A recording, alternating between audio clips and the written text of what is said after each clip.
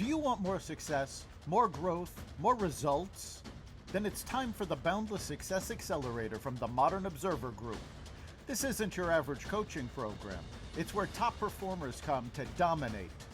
Weekly group sessions, on-demand coaching, a community that's got your back, and a power-packed library of tools to supercharge your business and career.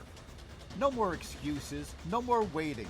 Get in, level up, and start building the life you've been dreaming about.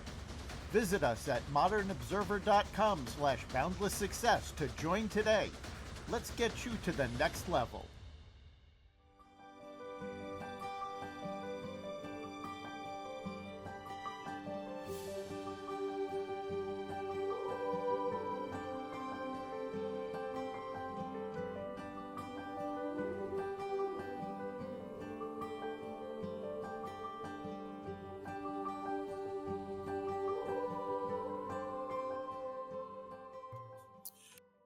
We are lighting the candle, a world that works. And I'm Bill Correll. I'm really fortunate to be here with my best buddy, who I lovingly call my twin, Jeremias.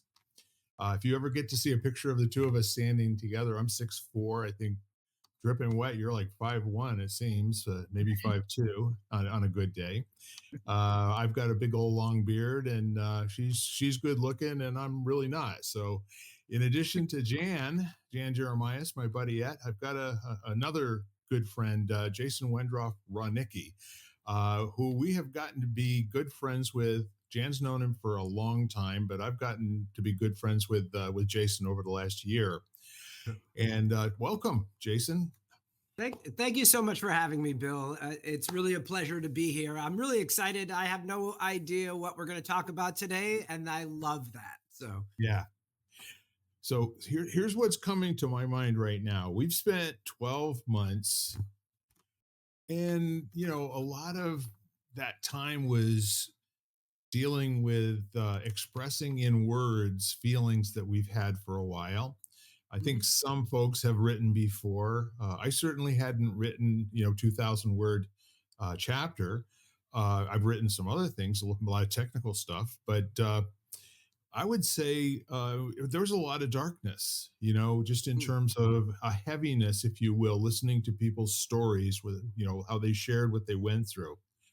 And now tomorrow is the release date of the book that we've been working on with Grief Hab and Samantha Ruth, and I kind of feel like we're coming into the light, that after all of that, we are birthing a work that is common for all of us. We've got all of our energy shared.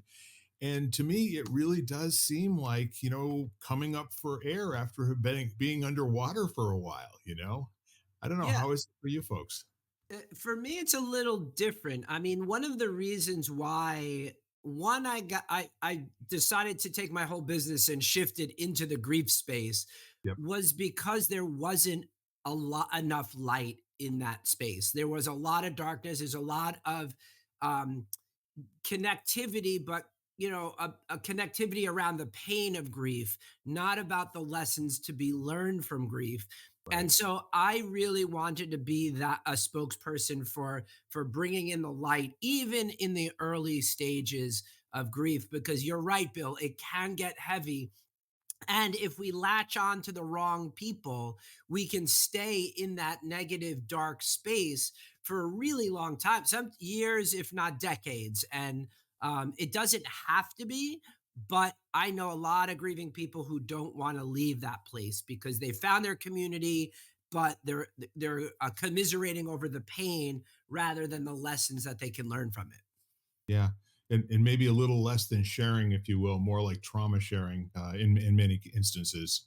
Yeah, I Yeah. can see how that would become habit forming for some people, Oh, especially yes. people, who never really connected with other folks, and now they find Hmm. out we've got this profound shared experience. Neither one of us knew each other an hour ago, but guess what? I guess we all go through this, right? Yeah, everybody's going to go through it at some point. Everyone's going to lose somebody that they love and that they're close to. Sometimes it seems like it's in order, like a child that has lost a parent. Sometimes it's in my case, it was seemed very out of order that I lost my sister, and that just blew like the time frame around other people, parents that have lost children. Yeah. Some of those, and then so some of them seem like we have this expectation of the order that things that the way it should go. And then Right. when it doesn't quite go that way, we think we're the only ones that this happens to. But in fact, that order is just a construct, like a societal and personal construct. There's really no order. Yes, we do find that out once we get to a certain age. For So sure. Dan, do you have another metaphor that works better for you? Maybe I was thinking about a phoenix rising from the ashes. There's Go I ahead. think for me, I had a different experience, like, now knowing it's coming out. As I shared a little bit, with friends, the link was like, "Oh my gosh, like, people are gonna read this." Because I really was vulnerable in my chapter and authentic and shared things that I have never shared in my entire life on a public forum Yeah. like this. And once it's out there, you can't take it back. So it was that feeling of like, oh my gosh, like what did I freaking do? Kind of feeling. And knowing that I know how healing it was for me to write it. And I know that somebody else is going to benefit from reading it. But I think as it got closer, part of me, not a whole part, but just there was a little tinge of like, oh my gosh, this is real Yeah. and people are going to actually read this. And almost also, am I prepared for comments and questions that people might like now come back? Because I guess part of my story came from a place of like, I never shared it because I didn't want to be labeled with it. Like, I Yes. didn't want that to become my identity. And so I think that's part of it also is that I kind of always shied away from sharing the story fully because I didn't really want to be known as the person who went through that. Mm. And now I'm looking at it as much more of like, how can I help someone else? And it's a lot less about me and much more about how I can serve someone else who might be going through a similar journey. And to Jason's note, I think what happens is I think what you're describing, Jason, when you said like the whole time frame, I think we also have this whole societal kind of construct around the fact that older people are supposed to die and young Mhm. people are not supposed to die. And Yeah. so that's another thing that happens, I think, in your like in, I would assume in your case, but also when I have friends who've like lost children, it's around the same idea of like, I'm Yeah. supposed to go first. Mhm. Um, and so, they're young and they're not supposed to die first kind of attitude. Yeah, that's 100%. There's definitely an age component to it because I remember like after like the for her funeral, like there was like lines around the block, like it was overwhelming, so overwhelming that there were the amount of people that came out to show their support, almost like too much, and not that it's not that I mean, I understand everybody wants to show their support, but for me and my family, like just the person after person after person, like it's like, and they all want to say their condolences, but like, I mean, for the family, like, we're overwhelmed as it is. Never mind having 500 people wanting to hug and express their words to you. So yeah. Well, the conversation that we have here weekly, it's generated out of a desire to give people access to empowerment, Mm, either where to go and seek an energy upgrade or where to go and give something away. But it's this whole thing when you become disempowered. A lot of times it's a little bit like sitting in your car, you're turning the key, but the ignition's not coming on, or you push on the gas and nothing happens and you can't yep. put it in gear, but you just don't think you'll ever get out of it. So what I looked at with regard to all of these great stories, and people, we've got every kind of loss you can think of, Mm, uh, and I think the neat part of it is there'll be something, I believe, that will connect with almost all human beings at some level, and mhm. hopefully it'll bring them a little bit of peace and a little bit of empowerment, or a way back to empowerment.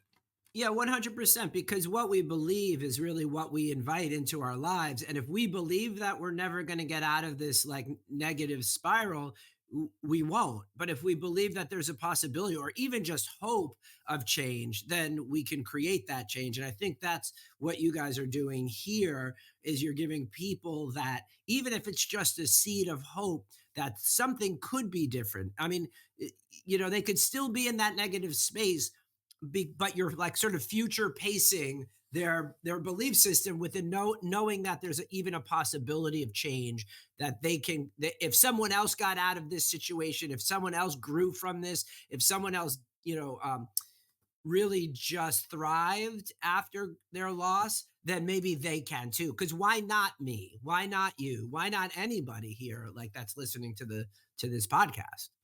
Mm, And that was the word that came to my mind, Jason, and then you just said it, and that was hope, Yeah. because I think that that's what um, people really need. And I heard a really Mm. interesting story about Hiroshima, and they were talking about that after the devastation, there was a rumor that went around that nothing would ever grow on that land again. Like Yep. no trees, no grass, no flowers would ever grow. And so Mm. that lack of hope or resilience kind of caused people to even like go down an even darker path, because there was like they really had that belief. It was like nature had kind of like rebelled against itself, and it had like broken all the laws of nature. And Yeah. then all of a sudden when things started to grow again, it was that glimmer of hope that actually, or that nature had not been altered in some way, that Yeah. gave people the opportunity to kind of then start to move forward.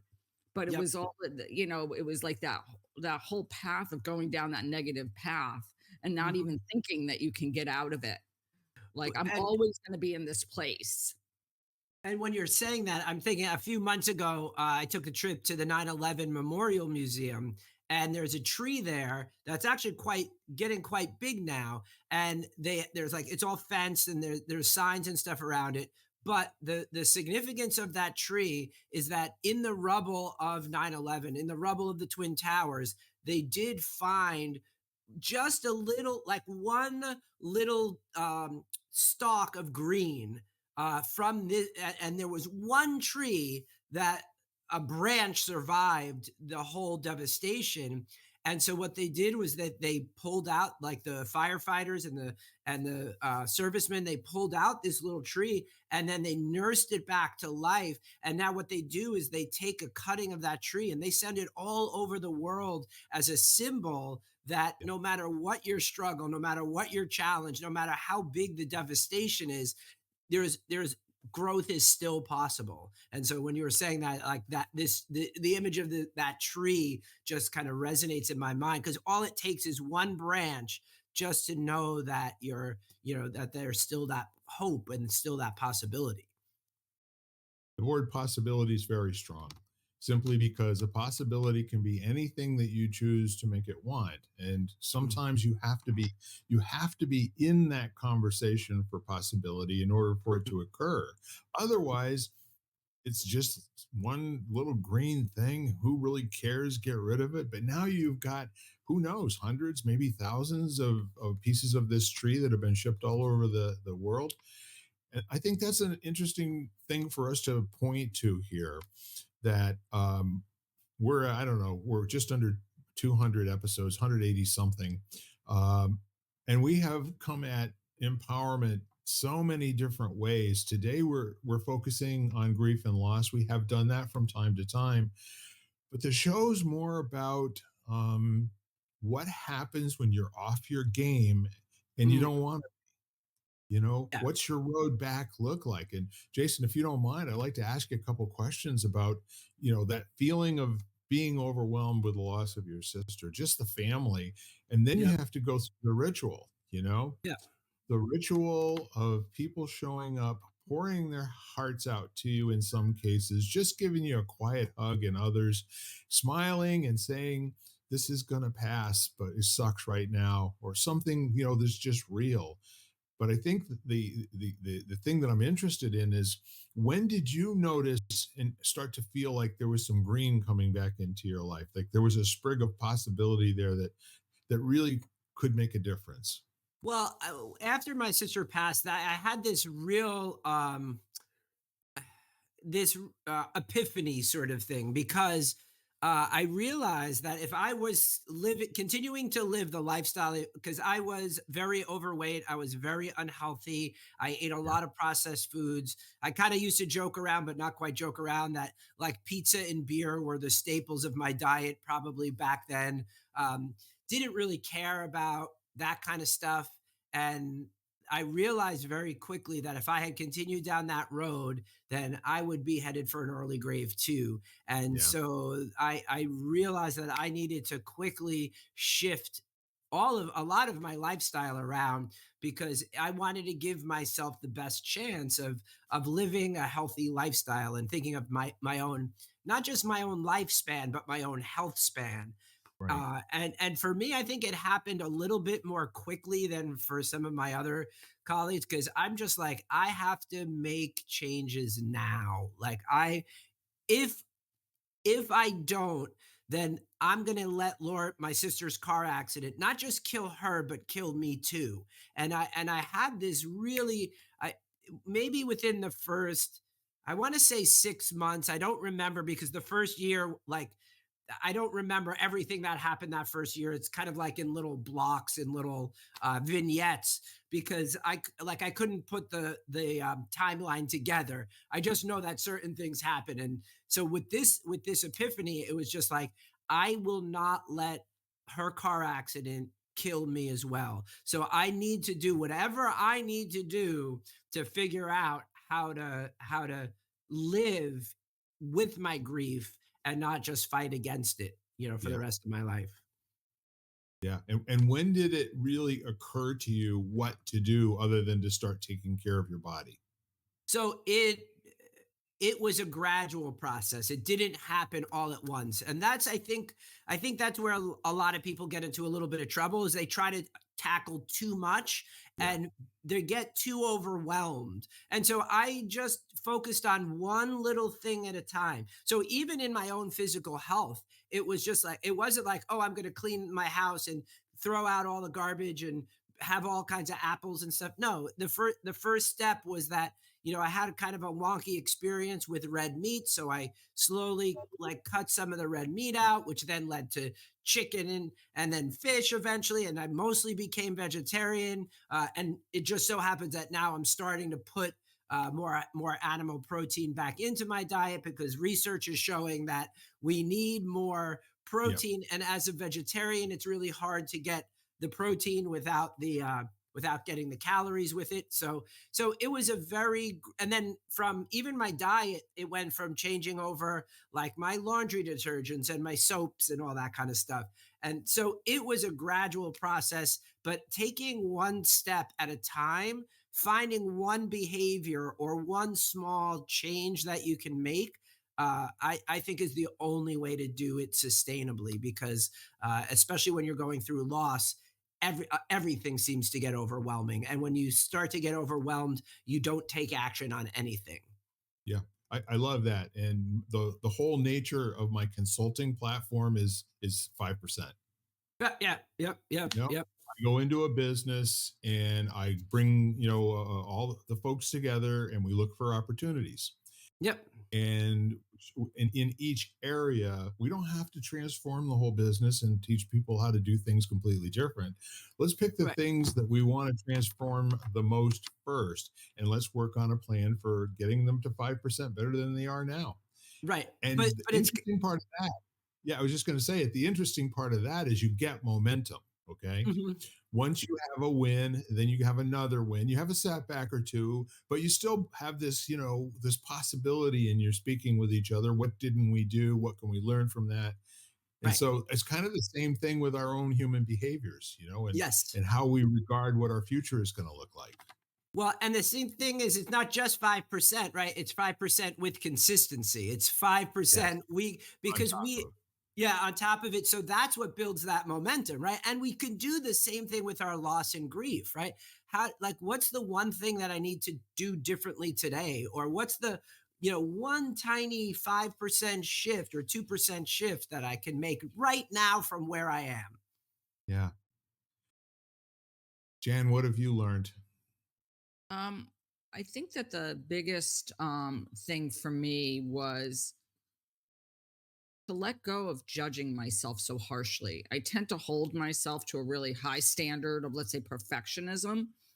And I think for me, it was allowing myself to not be okay sometimes, to actually realize that you know, if I had a bad day, it wasn't like, it was kind of like, to Jason's point, it was kind of like if I had a bad day, and let's say, and I'll equate it because so many people don't, let's say, are dieting, that if I had a bad day that didn't need to set the pattern for the next month, I was like, Yeah. able to say it there and let it go. And so if I had a bad day, it was just like, okay, that was yesterday. And, you know, whatever it was an anniversary of something. It was whatever it was. Maybe it was no reason at all. I just woke up and I had a memory or a flash, and then it was a bad day. But allowing myself, not living there, but allowing myself to have them, and then sit there and say, okay, well, I need to practice a little self compassion and understand why I'm so sad today, or maybe not understand it and just feel it, Yeah. not run away from it, and then just say, okay, like, what's next? Like, that would be my word. Like, okay, what's next? Like, what can you do next? What's next? And I think that that was huge for me, because I think that when we're compassionate for ourselves, we're compassionate for other people. I think if we hold ourselves to that highest standard, we tend to hold others in the same place. And we tend to be a little bit of judgmental as to, like, how they're going through, quote unquote, their process. It's like they're like, there's a right and a wrong way. They're not doing it right. Yeah. Well, and Really? I giggled, Jan, because I had a day like that yesterday. I had a day like that yesterday, right? And people also think that, oh, once you're like a certain many years out, that, oh, no, like things happen, life happens still. And like I had a day yesterday, and I'm like, I really need to go and crush and do this and take action. And I'm like, you know what? I, I'm not feeling that today. I'm feeling a little melancholy. I'm feeling a little, I need to just take some time. I've been that way. I've been really active all of last week, promoting the book and doing the interviews, and I'm like, you know what? I just need some downtime, like, and giving myself permission to do that and be a little sad and be a little, melancholy without judging it. And I know tomorrow, and I knew, I'm like, all right. And then tomorrow's going to be a brand new day. I'm going to go to sleep. I'm going to wake up, and then I'll go after it. But today, no, that's not happening. So I gave Right. myself like the whole day just to do whatever or nothing. Like I didn't do much of anything yesterday. So Yeah. The shoulds are very powerful. yeah. And part of what you guys were talking about before, how our culture works, is we take feedback, not even what happened, but what we think happened, our story about what happened, really, Mhm. and we use it to either A, invalidate, or B, validate something, right? And all of that is like, I don't deserve to have this win, or you know what, I knew if I tried it this way it wasn't going to work, and I don't know why I always do this, that whole train of thought. But if you look for failure as validation that you're doing something, that's a whole different game. You Yeah. know, if you get out of bed in the morning and you go like, today I'm gonna, yeah, no, no, no, and then after you've done all that and expended all that energy predicting, you can say, oh, of course I will if I do, but otherwise, if I don't, that's going to be okay too, right? Yeah. So where it comes down to, and what I heard you saying too, Jan, was the the biggest hurdles to leap over are our responses in our head to things that we're thinking, and making them mean something in that moment. Oh yeah, right, for sure. Yeah, meanings are huge. Like even just what does grief even mean, right? Like what does loss mean? Just like really start in the last couple of years, I've been really digging into like a lot of these presuppositions that I have in my head by looking at the meanings that I'm giving things or the meanings that other people give them that I've adopted as my own, which Right. is another thing altogether. I'm just like, oh no, I don't want to go down that road. Like I don't mind believing what I believe in, but to take on somebody else's belief around that is that's like no, no. Yeah, and I think the other thing that comes to mind is like being someone who tends to plan. Like I had to give up like if I knew an anniversary was coming up, was being flexible around how I was going to feel and asking myself like how do I feel today and what do I need, like Right. those kind of questions versus thinking I was going to get up and it's the anniversary of my father's passing and I'm going to go to the cemetery and I'm going to like in Judaism you put a rock on on the tombstone like that, and having this whole plan and then even forcing myself to like because that's who I am, like saying okay well that was my plan and then getting attached to the plan and then sort of at one point or another throwing up my hands and saying there is no plan. Like I'm going to Mhm. get up and say, okay, well, how do I feel today on this day?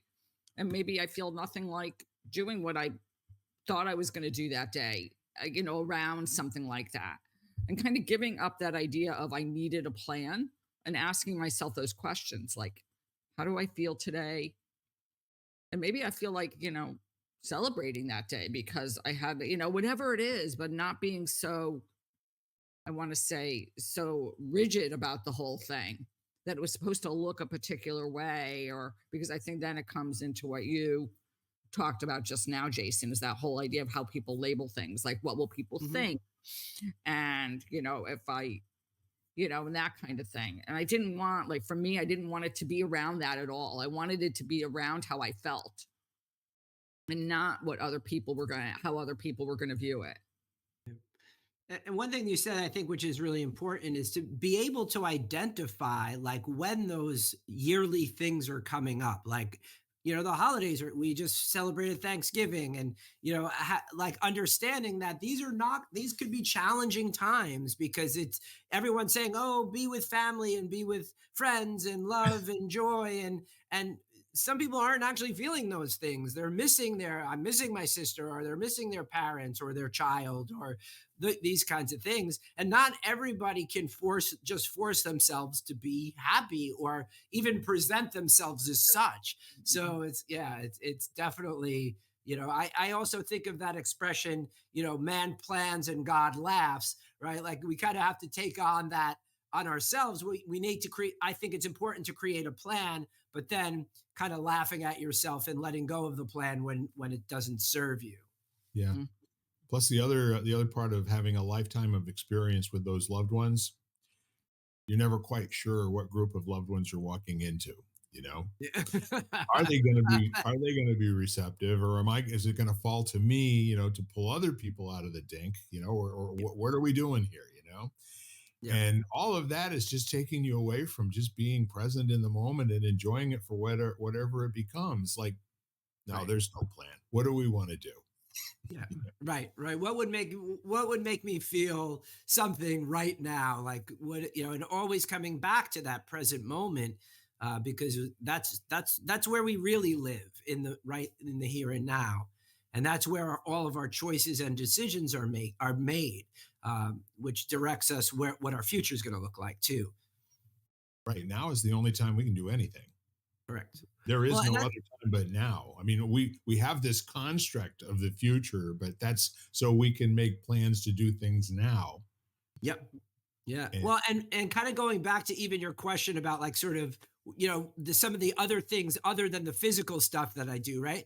It's when you come into the present moment and you can acknowledge how you feel in the present moment, then you yeah, know how to like make those adjustments. So, if I'm feeling sad, I can, all right, I'm feeling sad right now. Do I want to continue to feel sad? And then creating choices like I can choose how I feel, and I can make different choices and then change it if I want to, or stay with the emotion that I'm feeling. There's been a couple of folks in the last, I don't know, month or two, that once they start understanding with, all the grief conversation and the writing of the book, and being on podcasts and all the other things that have been going on, um, I'm getting unsolicited reactions to things. And I got a phone call out of the blue. It's a man who went to high school. I never got to really spend any time with him while we were that age, but since then, because I knew people that he knew, he kind of looked me up on Facebook, and he's more or less just kind of come into my life, whether he was invited or not. And I got a messenger call from him, and he said, "You know what? I listened to that podcast of you and that other guy, and I got to tell you, you're both full of crap. You don't know beans about grief. I can tell you everything there is to know about grief. I know about grief, you know." And I'm thinking to myself, what a joyous noise, Yeah, yeah. it moved him. And Mhm. for God's sake, we don't want to move people in a predictable way. We just want to move them, give Yeah, them opportunity to get unstuck from where they are. They may yeah. get stuck in a new place, but hey, enjoy the moment of expressing yourself, right? Right, and for him, if he was stuck in a place of like desperation and like that anger could literally drive him right like to a new that's a new emotion maybe for him. So that's a more empowering emotion than being depressed or being so because there's energy behind that. And once we Yeah, can fuel that energy, now we have some power to work with. And so yeah. I think I always love, even when I work with people and they resist, there's so much to be learned within the resistance because it's movement in some direction. Well, see, here's the luxury that the three of us have, and many of the folks who have also been, here chatting with us over the last going on 4 years now. Um, we are extraordinarily blessed. Mm. It Our station in life, how we've gotten educated, that we caught fire somewhere along the way and wanted to learn more than we knew at the time, all that. And for some of us, a lifelong decision to be, ongoing growth and development. It's a huge thing. But what's really cool is where you see somebody who stopped learning, Yeah. and they get into this resigned state of mind, like this is how it is, there's nothing better than this, until they open their mouth around the wrong people. And those people go, "Why do you feel that way? Have Yeah. you looked at so and so over there? Go talk to them about what's working in their life," or whatever it is. But the whole notion of focusing on grief for a while, I think, is good tonic for a while. You know Yeah. what Yeah. I'm Yeah. saying? And if you start to get stuck in that conversation, like there's no way out, and all we're doing is sharing over and over and over about the big ones that really hurt us, um, I've always found if you can presence something, it disappears. Yeah. And Yeah. for those folks who are saying things that keep them stuck in the conversation, it occurs to me that they haven't really presenced what it really was for them. Hmm. Yeah. Yeah. Well, Because and we get to a point, Jason, where we don't have to talk about things again. It's done. yeah. Yeah, yeah, yeah. Well, and when Jan was saying like in her early stage, she didn't want to be known as that person, like the grief person or the divorce person or whatever, however you identify that part. I was very clear. I was not going to be known as the guy with the dead sister. I didn't want any part of that whatsoever. The problem is that the more I fought that, and the more I try to take that, like it invalidated a part of my identity, not the whole identity, but a small part kept on being invalidated every time I said that to myself. Like, I don't want to be known as this guy. I don't want to know what. And then eventually it had to come out. It's going to come out in some way, right? It's going to come out. Energy, emotions are energy in motion and they need a place. So it's either going to come out in a constructive way, which it Yeah. is now, but in the beginning it was very destructive, and it caused me a lot of struggle and a lot of pain. So, and I'm still having the conversations, but now the conversations are to help others rather than, necessarily for me personally. To your point, Jason, it makes me smile because I used to I remember not wanting to be known as that person. Well, a part of my story is about the divorce and then a number of other things, but I didn't want, but all of the people who came and spoke to me, like all these people all of a sudden would come to me unsolicited, like Bill said, with relationship problems. I was like, all of a sudden, like people would want to talk to me about their marriage or whatever, the fact that they had just gotten divorced. And I'm sitting there going, like, this is the last thing I want to talk about. Like, I do not want to talk about this. But it seemed like that was not the universe's plan because Yeah. everybody seemed just like I felt like I had a target on my chest that Yeah. said, talk to her, she's divorced, kind of thing, And I was just like, and every now and then, when I still have somebody who comes in and talks to me, I mean, I understand why they're talking to me because I really do have a very, I understand totally. Well, in a lot of ways, I can't, every situation is different, but I understand a lot of what they're going through. So I can definitely relate to them in that way. But it was always funny to me in the beginning because I was always like, again, really, I want to forget this. Yeah. And Yeah, and I think the universe has other plans for us. As I said, like I didn't expect, even up as a little as like maybe 4 or 5 years ago. Like I was like, oh, I'm just gonna I'm gonna teach yoga. I'm gonna that kind of, and work with the essential oils and not even touch the grief thing. But then I was at a conference, and all of a sudden I started a Zoom meeting, and then that Zoom meeting started to grow, and and then it just like little steps. So there's no big thing. It's all the little steps, all those little 5% improvements that happen. Because I can't point to one where I'm like, oh, this is the exact, I'm like, the decisions, yes, but like the actions, it's lots of little actions over time. Yeah, I'm thinking about human nature in all of this because we're close to 8 billion on the planet right now, and there's nobody who's not touched by it somehow, some way. Right. Some profoundly. I mean, I can't even think about the folks that are in the Middle East or in Ukraine or some, all of that sort of thing, and the folks that have family members that are going through all of that. So the point is that in our lives we make decisions, and it's always a dichotomy. It's never an array. We could do this, or this, because that's too complicated. Too many Yeah, yeah. moving parts, the what ifs and the yeah buts and the how abouts. But so we get locked into or locked out of a habitual response to something. That's why Mm, certain people, never make much more than their parents did in their lifetime, and other right. people make hundreds of times what their parents did. It's being locked in or locked out of possibilities. So when you're thinking in terms of how to express yourself and how to share, there's this charity begins at home sort of thing where you got to work on yourself first. I got to work on me, Yeah. I got to be in some semblance of working order for the functions in my life to actually happen in a routine, predictable fashion, or be able to declare there is no plan, and roll with it in a powerful way. And the same thing happens when setbacks occur. Grief is really about an accumulation for some people where you hit a point where it breaks the camel's back, the last straw. You know, I've heard from other people that, well, I lost this person, I lost that person. I really didn't lose my mind over grief. And then I have to say back to them, but the last 4 times that we talked to each other, it's all you talked about. Mm, yeah. What a great life you had with so and so.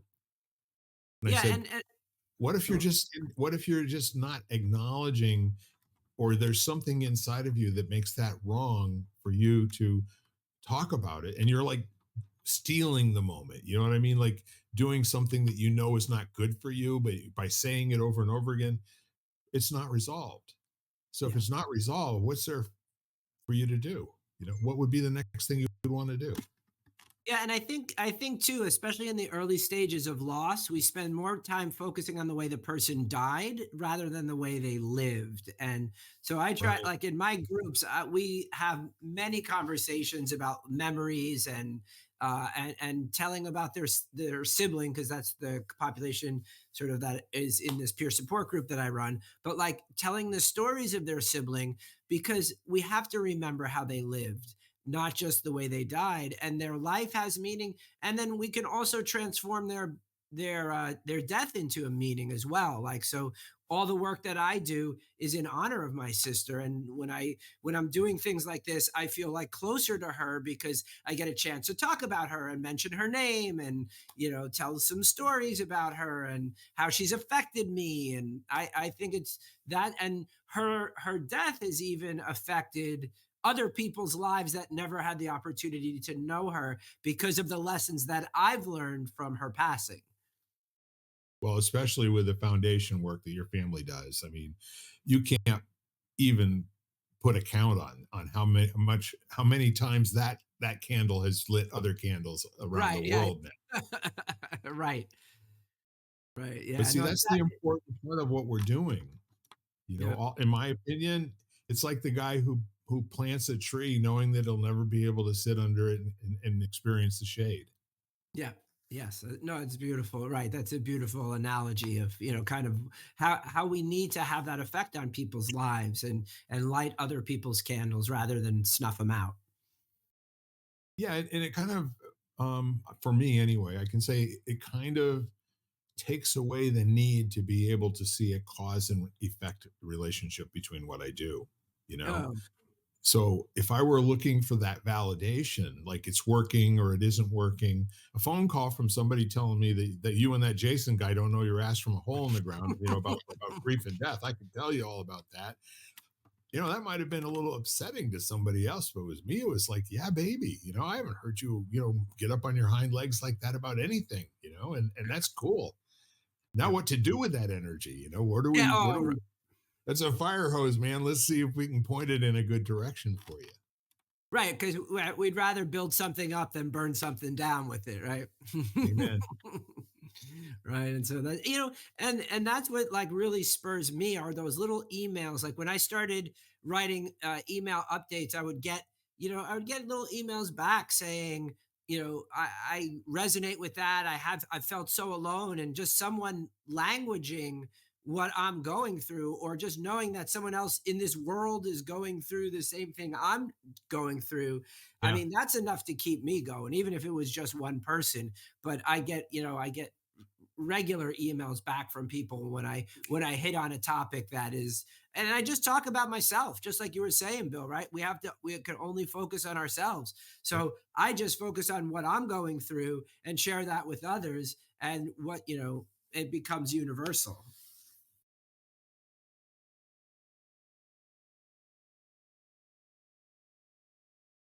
That was an important pause.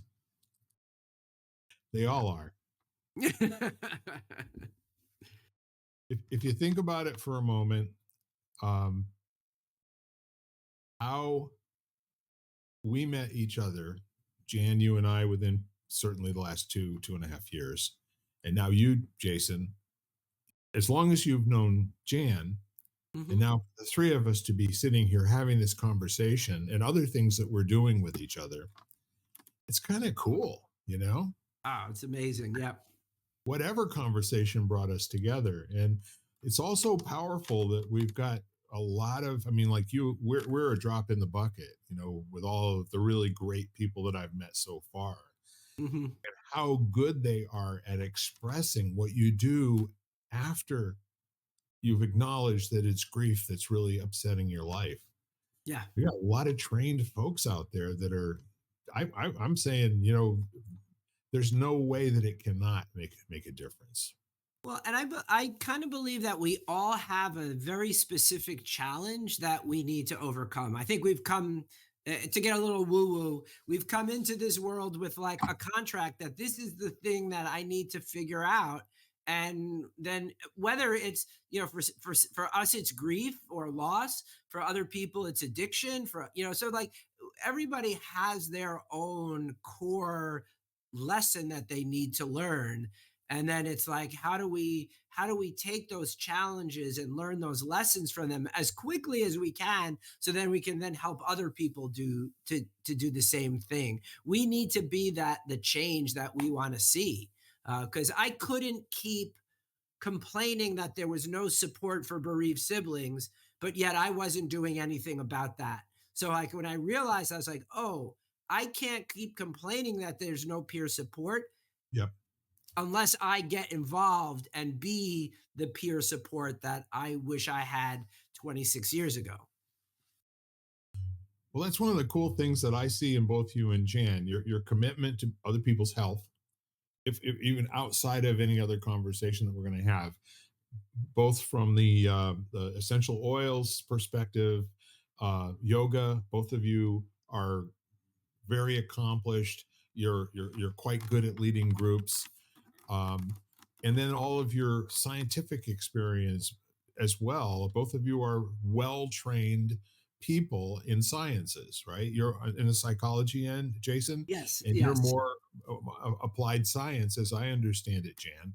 And what's really cool about that is I'm a guy who went to high school, took a few college courses, and then started a business, you know? And we all got to where we are right now through a series of decisions. Some were made for us, and others we made ourselves. But I also see that we're in a position right now to have some excess in some area, like your experience, Jan. You're sought after because people value your opinion, because when you open your mouth, you're worth listening to. And that's not a small thing for a lot of people. There are people like, will run on for a long time. But when you have something to say and you're talking about it at such a fundamental level, a level of human being, and how do you feel, and how do you start to understand and process what your feelings mean for you, and what do you really need right now? Those aren't the things that we talked about when I was a kid. I was just talking about that with someone recently, Bill, about the fact that we're not taught how to do that, and we're not taught to do that. We're taught to basically follow, what our parents tell us to do, and we're definitely not. That's definitely not where education is focused in the US in that way. And so if we had that kind of intonation, it's kind of almost, and I'm going to be dramatic, it's almost beaten out of us, not physically, but it's kind of squashed from the time we probably can, so unless we train ourselves to kind of ask those questions, and that is a learned skill to get up in the morning and say, oh, okay, well, I open my eyes and I'm like, okay, well, how do I feel today? Do I need anything specific today? Like, I mean, almost every day there are certain things I do. Like, don't get me wrong. I mean, part of it is because I have Tonka, so I have a dog, so I have to get outside. So every day I get outside. So some things aren't negotiable for me, but other things I get to make a choice, like Jason said. And so I think that some of that is real training ourselves. That one is that we have the right to ask those questions, because I think that gets so ingrained out of us. It's almost like if I ask myself those questions, I'm being selfish in some way. I'm being too self absorbed, that kind of thing, kind of attitude. And then also, I think the reason to me this conversation is so important because, I have friends that like have never really lost anybody important to them in their life, kind of thing yet. I mean, it's going to happen to us all, but that has not. But I think we go through life with lots of other types of losses. Like I'm now working with someone around the corner from me, literally around the corner, who recently lost her job and how devastated she is. And I think we experience loss. I mean, that goes to like a lot of what we speak to, loss of identity, loss of role, loss of, all these different things, which are so common to Yeah. everybody's experience. So I think it applies to everyone in some form. And I always question about like, when you start to ask it, is it grief or is it just being a human being, right? Like we're, like we love to put labels on it, but we're like human beings, and we have all of these experiences. We don't have to label everything. And so, like, is it part of the like, we all go through challenges, we all go through like, so I'm like, all right, that's why it's important to, in my opinion, to put that grief in the context of the rest of your life, so that this way it's not like, oh, so many people go, oh, I'm a griever, I'm bereaved, and that becomes their entire identity, rather than, wait, no, I'm still a husband, I'm still, an uncle, I'm still a yoga teacher, I'm still Jason, and grief is included in that for sure. But Yes. but when we realize it's a real tapestry of identities that we just need to weave together. It doesn't have to be like, one part doesn't have to be everything. You have to look at all of the colors of your rainbow, I guess. Well, the other neat thing about that is I always like to talk about being an integrated human being, is where you're not a drop in the ocean and all these different things at different times. You're the same person. You're an Yeah. ocean and a drop, as Ken likes to say. And Hmm. it's and it's holographic, that there, if you're just plain true to being yourself and managing your response to the world in a responsible way that you've put some thought into ahead of time, and you're Yep. not just gut level reacting and making messes and creating consequences and that sort of thing, it can give you the opportunity to, as you're saying, be all those so-called different things, but you're the same player. You're not Yeah. changing hats, you're not changing facial makeup or putting a mask on. You're just who you are. Yeah. Yeah. Yeah. Yeah. And for me, oh, go ahead, Jen. Sorry. No, no, no. Go ahead, Jason, and then I'll I go. was just it just made me think, like, there's a lot of characteristics I had as a young kid that I totally forgot about, and more recently I'm like, I liked that part of myself. Why aren't I doing those things anymore? And so you can, like, just pick and choose, like, oh, I'm going to bring that back. Oh, I don't like this part is not serving me anymore, so I'm going to just put that in the background, and then just pull the parts that I really want, to embody more often. Yeah. I did an interesting I gave a workshop with my friend Mary Jane not too, I don't know, it's probably close to a year ago now. And we did something really interesting is we had everybody bring baby pictures Mm. and to look at the pictures. And it's so interesting to kind of look at yourself as a baby and to see, like, because usually it's the eyes, like when you look into, like, people will do mirror work, but when you look in the eyes, there's no kind of qualm about who you are. Like, there's something when they say, like, the eyes are the window to the soul. It's really true. And it was really interesting because I have a baby picture that sits on my dresser. And I don't, like, I pass it every day, but I don't know how closely I ever really looked at. Like, I haven't looked at it in years. And I sat there and I was like, oh my gosh, like, there's something about it that's still so the same. And there was this very, like, sort of curious, kind of like inquisitive sparkle in the eyes. And I was like, oh my gosh, I still have that. Like, that's still a part of me. And then I think also the other thing that I was talking to a client, and she was a nurse, and she's since left nursing, and she's kind of doing a lot of health coaching and everything. And she was, I don't know, she kind of commented and she said, well, I was a nurse. And I turned to her and said, you're still a nurse. Like, it's not like you can erase that part of you. Right. Like, it didn't existed. Like, I'm gonna cut out that section of me. So, so it kind of, I like the word flavors. Like, it kind of flavors who we are.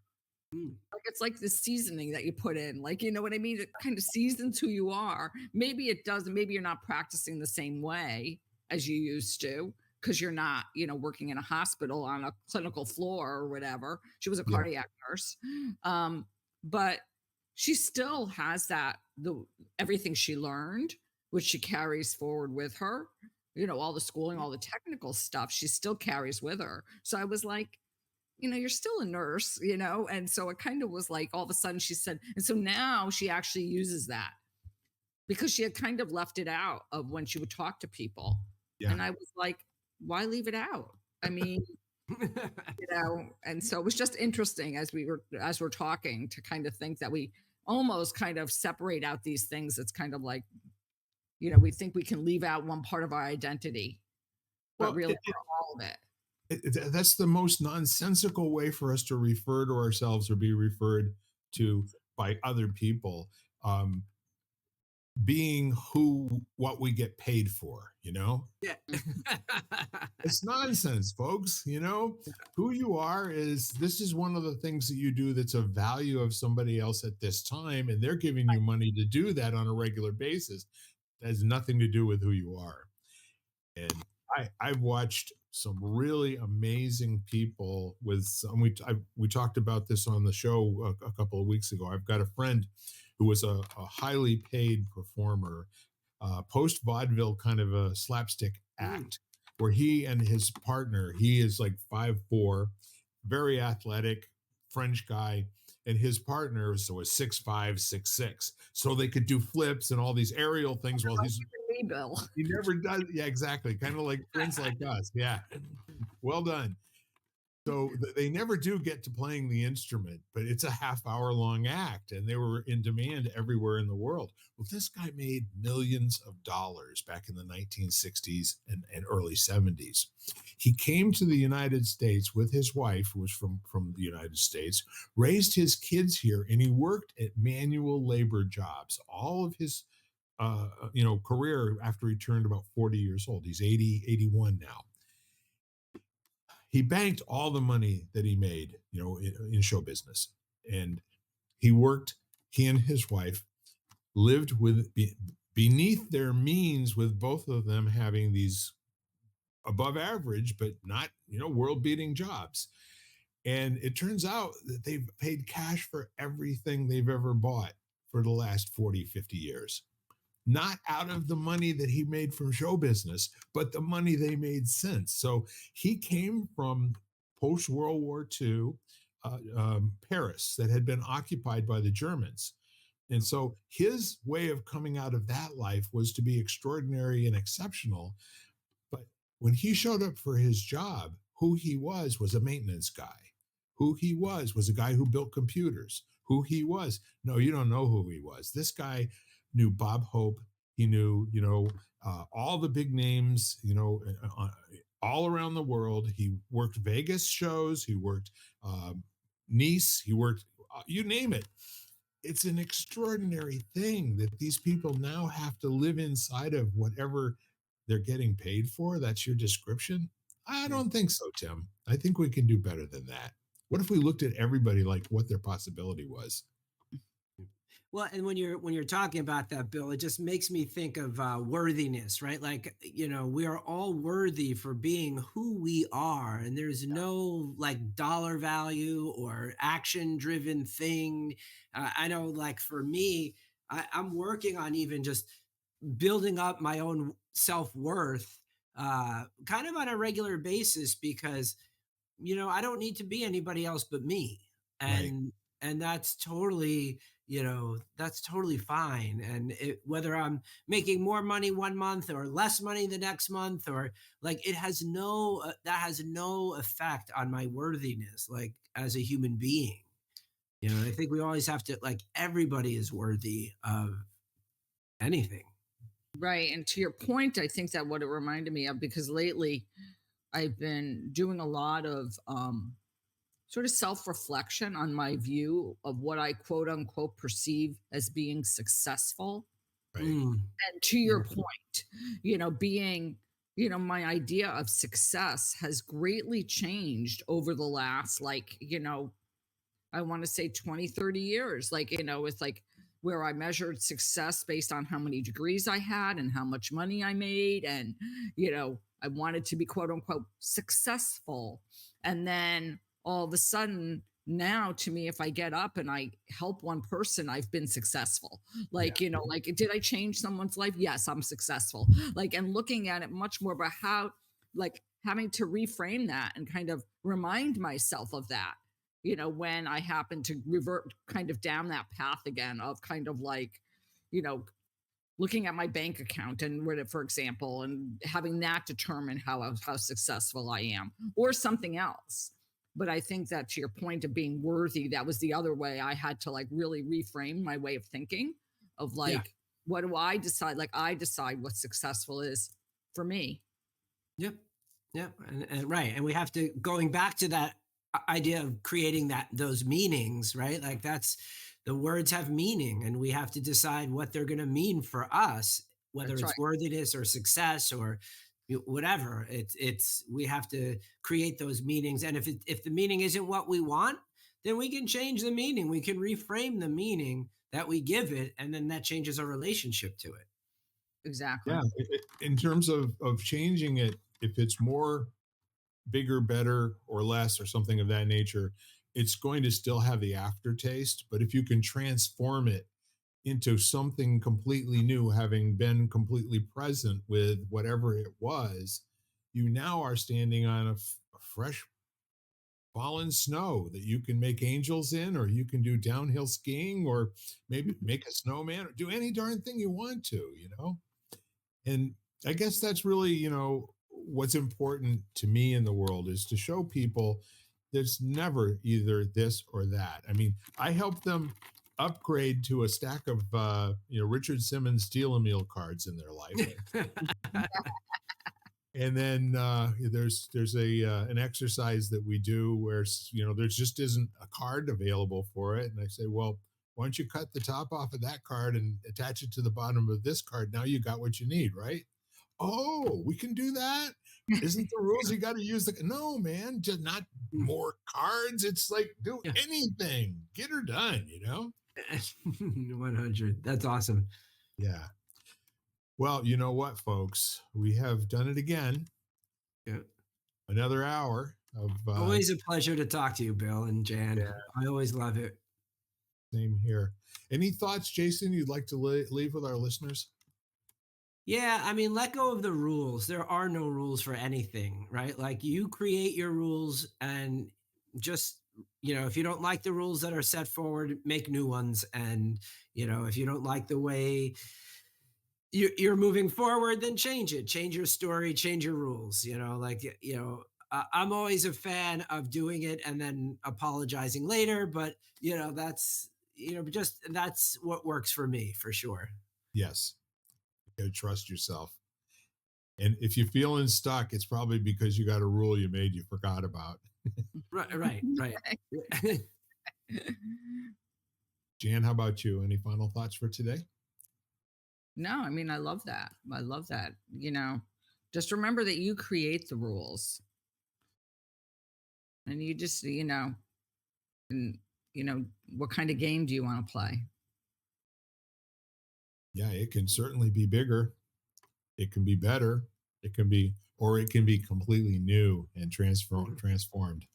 And it can be fun. Yeah. Yeah, if you're not having fun, you're not doing it right. That's right. So, Jan, would you like to send our folks off with our...